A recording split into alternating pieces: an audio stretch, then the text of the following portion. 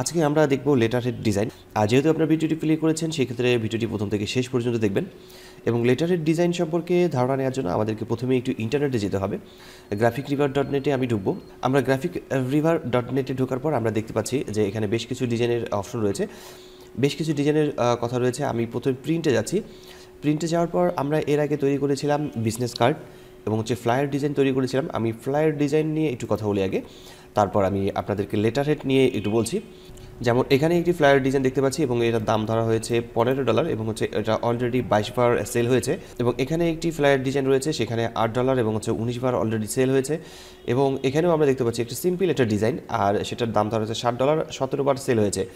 তো flyer design তৈরি করে আপনারা সাধারণত খুব সহজেই মূলত এখান থেকে ইনকাম করতে পারবেন। তো আমাদের আজকের টপিকটা হচ্ছে মূলত লেটারহেড। তো আমি এখান থেকে লেটারহেড লিখে সার্চ করছি।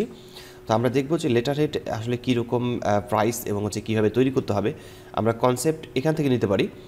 তো এখানে আমি প্রথমে একটি লেটারহেড দেখতে পাচ্ছি যেটা মূলত খুবই সিম্পল একটি ডিজাইন এবং এর রেট হচ্ছে $6 এবং এটা অলরেডি 15 বার সেল হয়েছে। আর এই ডিজাইনটা কিন্তু খুবই সিম্পল। এখানেও একটি দেখতে পাচ্ছি, এটাও খুবই সিম্পল একটা ডিজাইন এবং এটা অলরেডি একবার সেল হয়েছে, মাত্র একবার সেল হয়েছে। এটাও $3 ধরা হয়েছে, এটাও একবার সেল হয়েছে।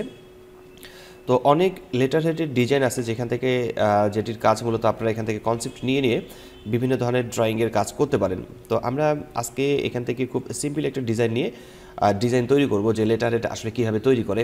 তো লেটারহেডটা আসলে কি সেটা আগে আপনাদের জানা দরকার যে লেটারহেডটা আসলে কি। কোনো প্রতিষ্ঠানের মূলত প্যাডের পাতা যেটাকে বলেন না কেন, প্যাডের পাতাটাই হচ্ছে মূলত লেটারহেড। তো এই কাজটি মূলত তৈরি করে আপনারা বিভিন্ন ডিজাইনে তৈরি করে মূলত গ্রাফিক্রিভারে মূলত ইনকাম করতে পারবেন অনলাইন থেকে। তো এখানে লেটারহেডের অনেকগুলো ডিজাইন আছে, আমরা এই ডিজাইনগুলো ব্যবহার করে এই ডিজাইনগুলো দেখে আমরা এখান থেকে একটা কনসেপ্ট নিয়ে আমরা মূলত এই নিজের একটি লেটারহেড ডিজাইন করব।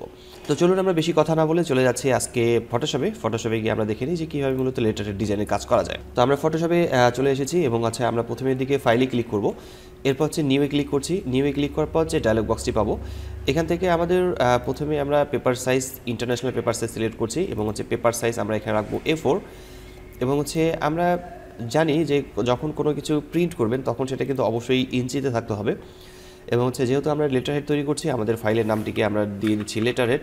আমরা লেটারহেড নামে রাখছি এবং আমরা এখানে পেজের সাইজ হোয়াইট এখানে দেবো, প্রথমে দেবো 8 ইঞ্চি এবং হাইট দেবো 10.5, রেজুলেশন থাকবে 300, কালার মোড থাকবে CMYK, কারণ এটা হচ্ছে একটা প্রিন্ট এলিমেন্ট, আর প্রিন্ট এলিমেন্টে কালার মোড সবসময় আপনারা CMYK রাখবেন। ব্যাকগ্রাউন্ড এখানে থাকছে হোয়াইট। এরপর আমরা এখান থেকে ওকে লেখা দিয়ে ক্লিক করছি। ওকে লেখা দিয়ে ক্লিক করার পর আমরা যে পেজটি পেয়েছি একটি ব্ল্যাঙ্ক পেজ। এখন এই ব্ল্যাঙ্ক পেজে আমাদেরকে মূলত গাইড টানতে হবে। তো গাইড টেনের জন্য এখানে মূলত রয়েছে রুলার। আপনারা যদি রুলারটি খুঁজে না পান, Ctrl+R প্রেস করলে এই রুলারটি এখান থেকে চলে যাবে। আবার যদি Ctrl+R প্রেস করেন তাহলে এখানে রুলারটি আসবে। তো এখান থেকে আমরা প্রথমেই কাজ হচ্ছে আমাদেরকে গাইড টেনে দেওয়া। আমরা রুলার থেকে গাইড টেনে নেব। তো আমি এখান থেকে গাইড টেনে নিচ্ছি, নিচের দিক থেকে উপরের দিকে, ডানে বামে সব দিকে আমরা ঠিকঠাকভাবে গাইড টেনে নেব। তো এটা হচ্ছে মূলত সেফটি এরিয়া।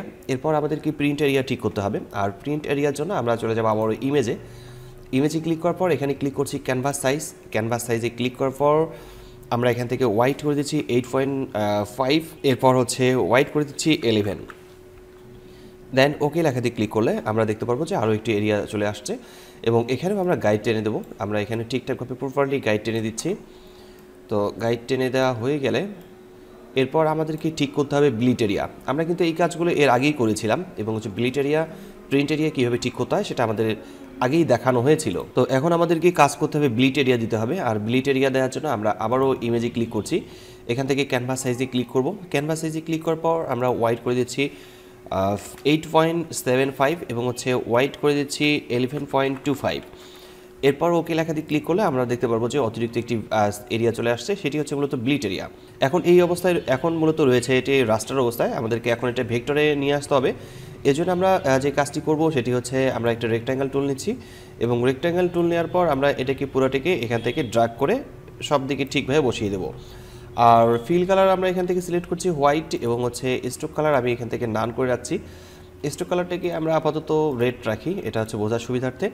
Ctrl+T প্রেস করে ফ্রি ট্রান্সফর্ম টুল সিলেক্ট করব এবং আমরা খুব বড় একটি জুম করে নেব। জুম করে নেওয়ার পর সব সাইডে এটা ঠিকঠাকভাবে বসিয়ে দেবো। আমাদেরকে কাজ করতে হবে, এটা ঠিকভাবে বসাতে হবে সব দিকে।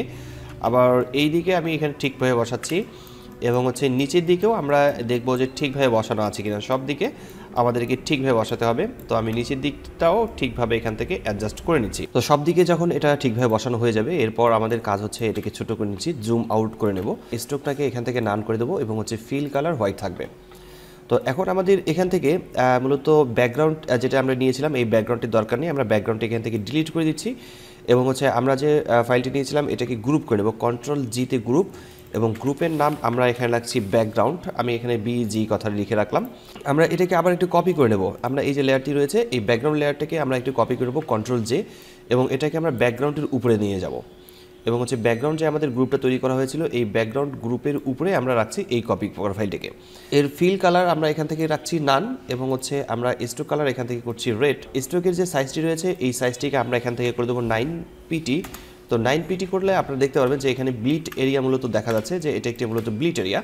তো ব্লিট এরিয়াটা চলে আসছে এবং হচ্ছে আপনারা চাইলে এখানে ব্লিট এরিয়া কথাটা লিখে দিতে পারেন যে এটা একটি ব্লিট। তো এখানে যে আমরা যে ব্লিট নিয়েছি এই এটাকে আমরা গ্রুপ করে নেব, কন্ট্রোল জিতে গ্রুপ, এবং হচ্ছে এই গ্রুপের নাম রাখছি ব্লিট, এবং হচ্ছে আমাদের ব্লিট এরিয়ার কাজ শেষ। আমরা এর আইটাকে অফ করে রাখি এবং এর কালারটাকে আমরা এখান থেকে রেড কালার রাখছি। আমরা এই পর্যন্তই কাজ করলাম এবং সামনের টিউটোরিয়ালটিতে পুরোপুরি ডিজাইন নিয়ে কাজ করা হবে এবং ডিজাইন দেখানো হবে কীভাবে মূলত লেটারের ডিজাইন করতে হয় এবং সিম্পল একটা ডিজাইন আমরা তৈরি করব। তো আজকে টিউটোরিয়ালটি এখানেই শেষ করছি, দেখা আছে ফটোশপের নতুন কোনো টিউটোরিয়ালে।